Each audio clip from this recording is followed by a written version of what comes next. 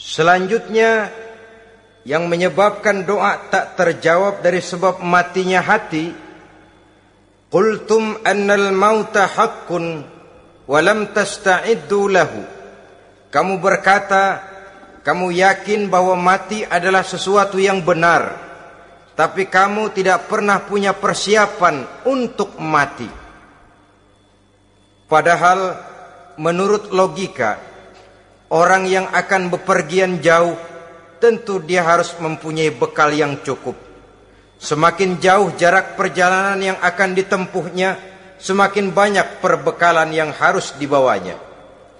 Dahulu, seketika beberapa jamaah dari Yaman akan melaksanakan ibadah haji dengan nekat, mereka berprinsip, pokoknya kan berangkat haji jadi tamunya Allah, nanti Allah yang akan ngelayanin. Mereka nekat, modal badan doang berangkat. Diadukan kepada baginda Rasul, lalu turun peringatan dari Allah, wa tazawwadu fa inna khairaz zadi taqwa. Jangan begitu, bawa bekal. Sesungguhnya bekal yang paling baik adalah takwa. Bahwa berangkat dengan bekal takwa itu bekal yang paling utama. Tapi bekal-bekal yang lain pun jangan diabaikan. Kalau kita akan berangkat untuk tujuan yang baik, bekal yang paling utama memang takwa. Tapi tidak berarti harus mengabaikan bekal-bekal yang lain. Begitulah, semakin jauh perjalanan yang akan kita tempuh, semakin banyak bekal yang harus kita hadapi. Kalau saudara mau pergi ke Surabaya, tidak membawa bekal kemudian berani berangkat, rasanya sih saya pikir itu bukan berani, nekat namanya. Sama saja orang belum pernah sembahyang mati, nekat tuh orang, berani amat. Belum berbuat kebaikan barang sedikit pun sudah mati, nekat namanya itu. Sama saja tadi, nggak bawa bekal apa-apa berangkat ke Surabaya. Sampai Surabaya belum tentu, sengsara udah jelas. Belum punya bekal yang baik sudah mati. Sampai ke surga belum tentu, tapi kebelangsak dan sengsara rasa-rasanya pasti itu. Oleh karena itu, kalau kita yakin mati sesuatu yang benar, sesuatu yang pasti datang menimpa, maka hendaklah kita mempersiapkan bekal. Kemudian idda'aitumun najata minan nar wa ramaitum fiha anfusakum. Kamu memproklamirkan diri ingin selamat dari neraka, tapi kamu lemparkan dirimu ke dalam neraka. Bagaimanapun bajingannya bajingan, kalau ditanya ente mau masuk neraka enggak? Jawabannya pasti enggak. Itu pasti. Perbuatannya sendiri yang melemparkan dirinya ke dalam neraka. Membiarkan dirinya berlarut-larut, bertimbun-timbun dalam dosa dan kesalahan. Dan tidak akan ada niatan untuk memperbaiki diri. Hanyut di meja judi, habis ditelan minuman keras, fitnah sana, fitnah sini, hasud sana, hasud sini. Padahal mulutnya ingin selamat dari neraka, perbuatannya malah melemparkan dirinya ke dalam api neraka. Tidak ada orang yang lebih sayang kepada diri kita selain kita sendiri. Dan menyayangi diri itu tidak cuma dengan memandikannya sehari 3 kali, memakaikannya parfum dengan segala macam merek, memakai sabun yang wangi-wangi, minyak yang harum-harum. Lebih daripada itu, jaga dan sayangi diri. Jangan jatuhkan dia ke dalam perbuatan-perbuatan yang bisa menjerumuskan diri itu ke dalam neraka. Kemudian disambung oleh Imam Al-Faqih Abu Lais yang menyebabkan doa tidak terjawab karena hati mati. Idda'aitum dukhulal jannah walam ta'malu laha. Kamu ingin masuk surga, tapi kamu berat mengamalkan perbuatan yang bisa menyampaikan kamu ke surga. Semua kita kalau ditanya, mau masuk surga? Mau. Tapi jarang yang berlomba melakukan perbuatan-perbuatan yang bisa menyampaikan kita ke surga. Kemudian yang terakhir kata Imam Al-Faqih Abu Lais, dafantum mautakum walam ta'tabiru laha. Kamu menguburkan orang yang mati di antara kamu, tapi kamu tidak bisa mengambil iktibar, tidak bisa mengambil pelajaran dari mayit yang jenazah yang kau kuburkan itu. Mestinya kan nguburin orang tuh membuat sadar. Iya, kalau sekarang saya baringkan di liang lahat, menghadap ke arah kiblat, bantalnya tanah, setelah itu ditutup dengan papan, lalu ditimbun dengan tanah. Iya, sekarang giliran dia, giliran saya, entah besok, lusa, bulan depan, tahun depan, tapi pasti mengubur mayat, mengubur jenazah, tapi tidak bisa mengambil iktibar dari yang dilaksanakannya itu. Ini merupakan penyakit-penyakit batin yang merupakan handicap, yang menimbulkan jarak antara kita dengan Allah Subhanahu wa ta'ala. Pantas kalau itu semua ada pada diri kita, hati jadi mati.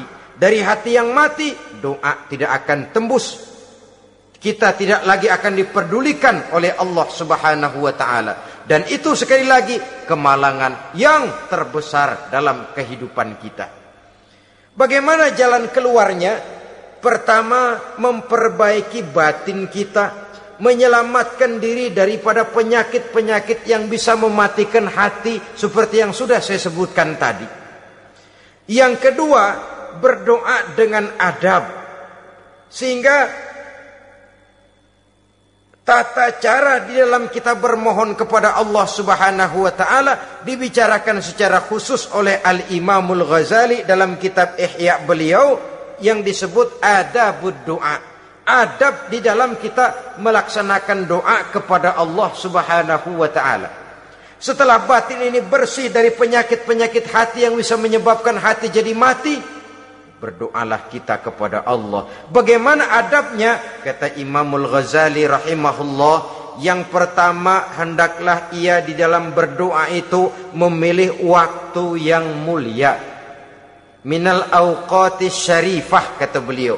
Memilih waktu-waktu yang punya nilai mulia.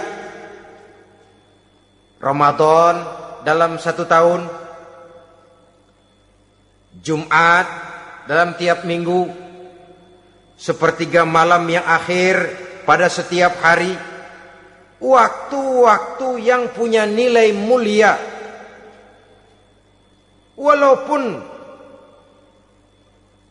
misalnya saudara berdoa pada hari Kamis, tidak ada halangannya Allah mau kabulkan.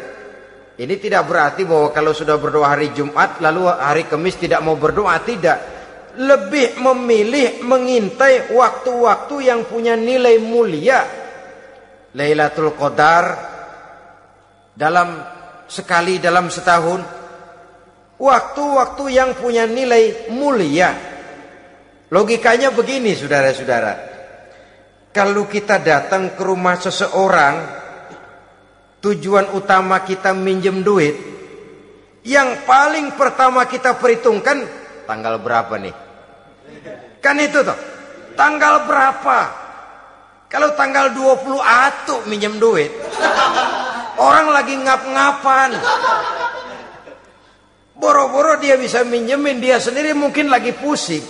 Kita lebih dulu kita amatin tanggal berapa nih? Yang enak sore apa siang? Jam 2. Jam 2 dia baru pulang dari kantor, tapi giliran tidur. Kalau dia tidur dibangunin datang mau minjem duit, kagak dimaki-maki sudah kebagusan deh. Kan kita lihat waktunya, timingnya kata orang sekarang. Tanggal berapa, sore apa malam, apalagi gulam apa terang bulan. Itu semua sudah kita atur sedemikian rupa, memilih waktu. Yang kedua kata Imamul Ghazali, memilih keadaan yang istimewa. Kalau tadi soal waktu, yang kedua soal keadaan.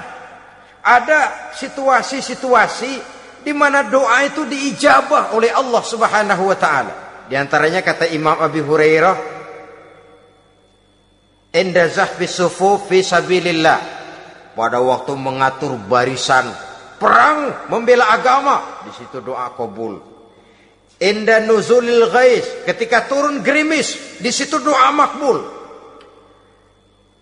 Inda iqamis shalah, ketika salat mau didirikan, riwayat lain bainal azan wal iqamah, antara azan dan qomat, di situ doa makbul. Itu memilih keadaan-keadaan. Kemudian yang ketiga, kata beliau, berdoa menghadap kiblat. Ya, apa kalau doa madhab mudik Tuhan gak tahu? Tahu.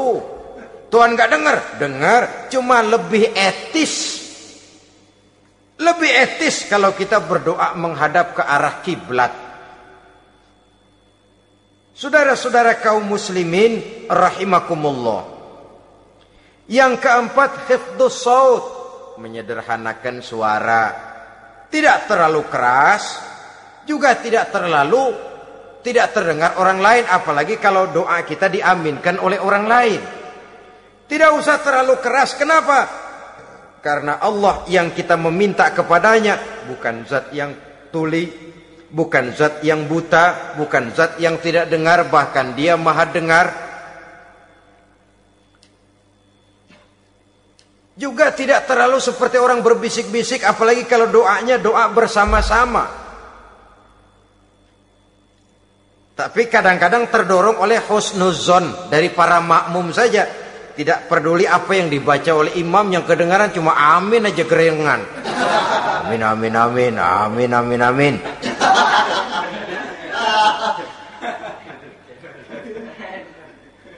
Juga tidak terlalu keras, seperti orang berdoa, seperti orang pidato. Saudara-saudara kaum muslimin rahimakumullah. Yang kelima, alla yatakallafa saja' fid du'a. Dalam berdoa, kalau istilah kita, jangan nyelongcong. Sajak sujak ini menunjukkan sikap berani kepada Allah. Misalnya ada orang berdoa, ya Allah ampunilah saya kalau engkau mau. Kalau Allah mau. Kasihanilah saya ya Allah kalau engkau mau. Itu doa orang songong. Atau sama saja, ya Allah berilah saya rezeki dikit aja. Emang kenapa pakai begitu?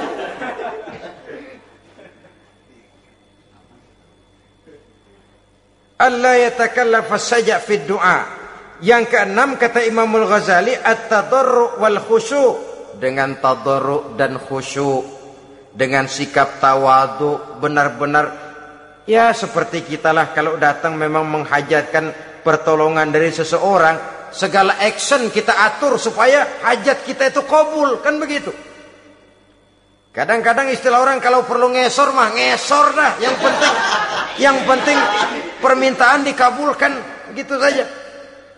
Kita lihat sekarang ini, ramai orang bicara soal film-film Parno.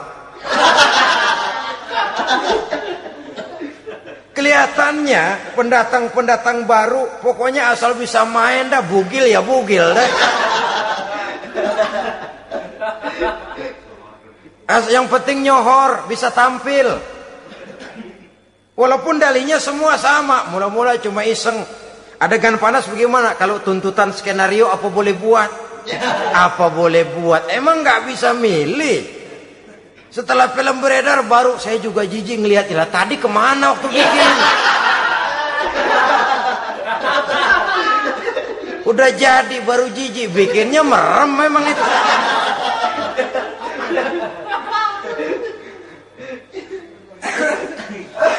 Tapi ada satu analogi, asal bisa main, asal bisa tampil di layar, apa saja jadi taruhan sudah. Bugil ya bugil dah, nggak soal dah. Pokoknya bisa main, tampil, nyohor, masuk koran.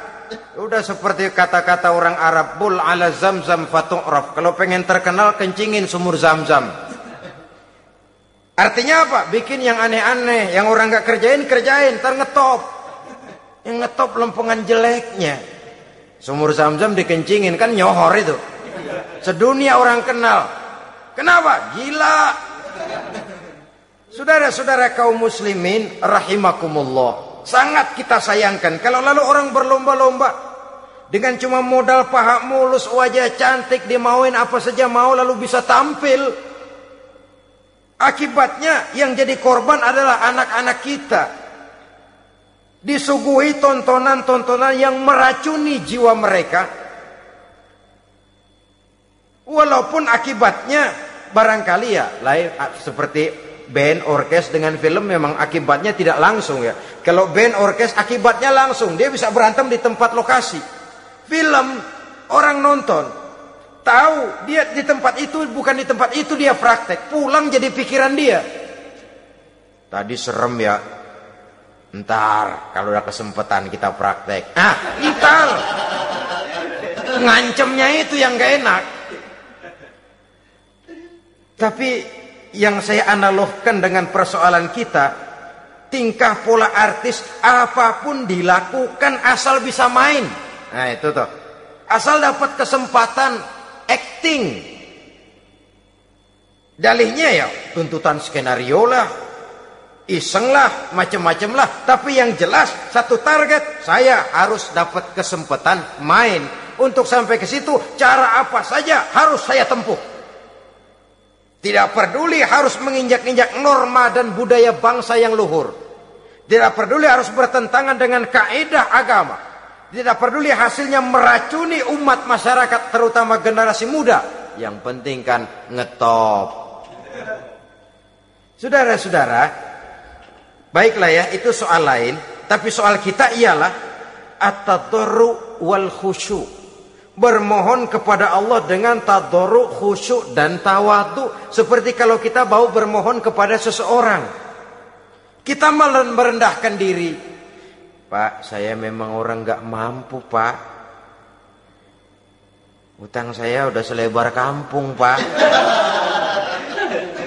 Anak udah 16 seperempat. Apa saja kita meratap, menghibah, mengeluh, merintih, ujungnya kan yang penting gue minjem duit dapat dah gitu.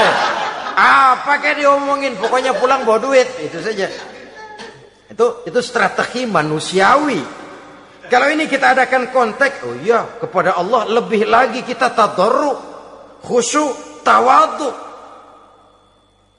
Doa dengan tawadhu, sebab kita akan bermohon kepada yang serba maha. Menghadap ke arah kiblat, duduk bertafakur dengan khusyuk, tawadhu. Jangan doa sembari tolak pinggang.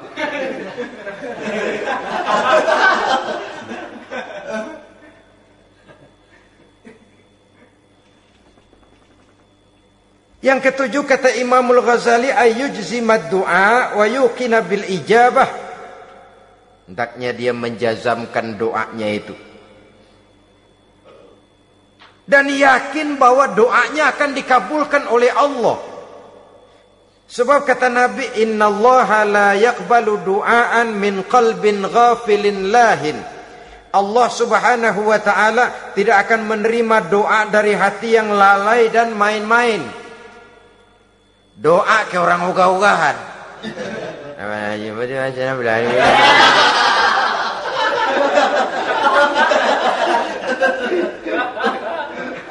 Kali malaikat nyongok dong, lu minta apa lu?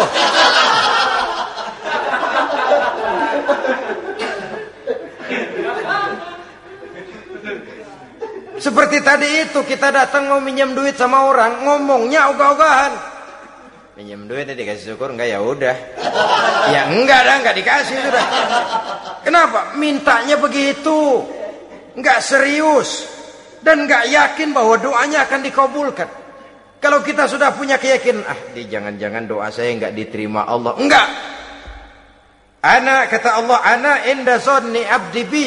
Aku sih bagaimana menurut sangka hambaku kepadaku saja. Kalau sangkanya baik, aku baik. Kalau sangkanya doanya dikabulkan, aku kabulkan. So itu doa harus dengan pasti dan harus dengan yakin doa itu akan dikabulkan dan meluruskan harapan, membenarkan cita-cita, meluruskan maksud apabila doa itu dikabulkan oleh Allah Subhanahu wa taala. Saudara-saudara, oleh karenanya jangan doa setengah hati. Jangan berdoa sambil main-main. Apalagi menghadap kiblat dengan dua tangan terangkat sebagaimana dicontohkan oleh Rasulullah sallallahu alaihi wasallam. Bahwa berdoa tanpa mengangkat kedua tangan pun Allah tahu, Allah dengar, tapi kelihatannya kurang serius. Seolah-olah terserah ada Tuhan, mau dikasih ya kasih, enggak ya udah. Seolah-olah kita tidak serius dalam berdoa. Kemudian yang berikutnya kata Imamul Ghazali, ayyaftataha du'a bi zikrillah fala yabda'u bi su'al. Hendaknya dia mulai berdoa itu dengan menyebut nama Allah, berzikir kepada Allah, fala yabda'u bi su'al, jangan langsung memulai dengan permintaan.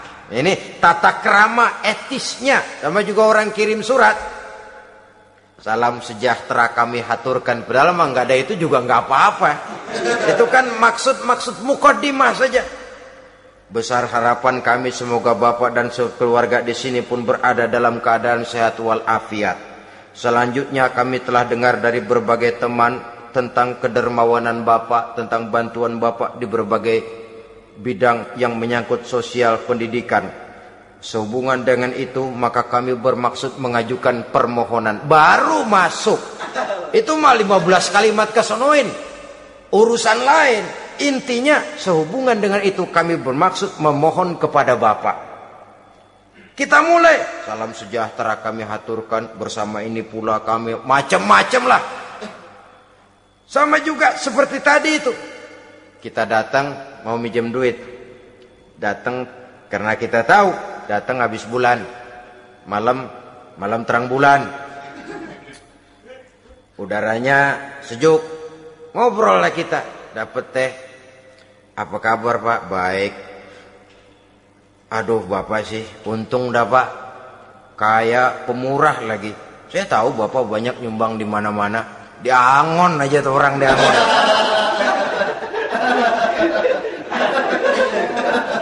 Kira-kira udah mau telap aja baru dikedat. Ngomong-ngomong Pak, nah mulai nih kalau udah ngomong dah tuh mulain, baru masuk. Jadi etisnya berdoa itu dimulai dengan zikrullah. Karena itu umumnya dimulai dengan alhamdulillahi rabbil alamin. Kita puji dulu Allah. Alhamdulillahi rabbil alamin hamdan yuwafi ni'amahu wa yukafi'u mazidah. Kita puji dulu Allah. Seperti orang tadi lah. Kita puji dulu kebaikannya.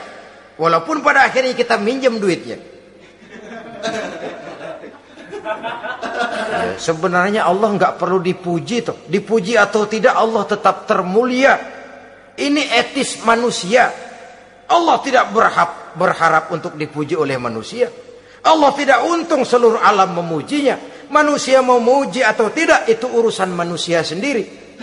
Allah tidak minta untuk dipuji. Allah juga tidak gila kepada pujian. Kalau kita memulai doa dengan pujian, etis kita kepada Allah Subhanahu wa taala di dalam kita bermohon kepadanya. Saudara-saudara kaum muslimin rahimakumullah. Kemudian menyesuaikan doa dengan kondisi. Ini termasuk syarat batin ya, taubat. Waraddul mazalim, kata Imam Ghazali, menolak segala macam kezoliman. Artinya kalau berdoa itu tahu diri. Kalau gaji kita sebulan 700 atau 800 900 ribu, berdoa minta rezeki 1 juta, itu tahu diri namanya. Kan cuman kurang 100 ribu. Ya, kalau kerja kagak minta gajian 1 juta. Pengen doa dikabulkan, rasanya secara etis nggak tahu diri orang berdoa seperti itu. Orang datang mau minta duit, mau pinjam duit kepada kita, kan kita lihat kira-kira mampu ngembaliin nggak nih orang. Kita lihat, kita evaluasi kemungkinannya. Lalu si yang minjem tentu tahu diri. Kalau memang kekuatannya ngembaliin tidak seperti kekuatannya mulangin, hendaknya dia timbang rasa. Begitu juga kepada kita etisnya kepada Allah Subhanahu wa ta'ala. Tahu diri, menyesuaikan doa dengan keadaan. Kalau tidak, ada gap terlalu jauh panggang daripada api, nanti nasibnya bagai si pungguk merindukan bulan. Apabila adab-adab di dalam berdoa ini kita perhatikan, sejak dia dari adab yang zahir sampai kepada adab yang batin, kemudian penyakit-penyakit yang membuat hati itu jadi mati, maka insya Allah doa kita dijabah oleh Allah Subhanahu wa ta'ala. Dalam Al-Baqarah ayat 186, Allah Subhanahu wa ta'ala menjelaskan, wa iza sa'alaka ibadi anni fa inni qarib ujibu da'watad da'i iza da'ani falyastajibu li wal yu'minu bi la'allahum yarshudun. Apabila hambaku bertanya kepadamu Muhammad tentang aku, kata Allah, fa inni qarib, katakan kepadanya, aku dekat sekali dengan mereka. Ujibu da'watad da'i iza da'ani, aku akan jawab, aku kabulkan permohonan orang-orang yang berdoa kepadaku. Falyastajibuli wal yu'minu bi, maka hendaknya mereka juga menjawab panggilanku atas dasar iman kepadaku. La'allahum yarshudun, semoga dengan ini mereka kelak mendapat petunjuk. Saudara-saudara, Al-Baqarah 186 ini dengan nyata menjelaskan kepada kita, Allah akan menjawab doa, mengabulkan permohonan apabila kita falyastajibuli wal yu'minu bi, juga menjawab panggilan Allah atas dasar beriman kepadanya. Logikanya tadi itu, araftumullaha wa lam tu'tuhu haqqahu. Kita tidak pernah mau menjawab panggilan Allah, sementara kita berharap doa kita dijawab oleh Allah. Apa enggak pincang? Apa enggak berat sebelah? Panggilan Allah kita berat memenuhinya, sementara kita sangat berharap agar permohonan kita, seruan kita dikabulkan oleh Allah. Menjawab panggilan Allah atas dasar beriman kepadanya. Kenapa? Ada orang menjawab panggilan bukan berdasarkan iman, tapi karena target lain. Datang sembahyang Jumat paling dulu, target utamanya pulang juga paling dulu nyabet sendal, nyabet sepatu. Menjawabnya iya, tapi tidak karena iman.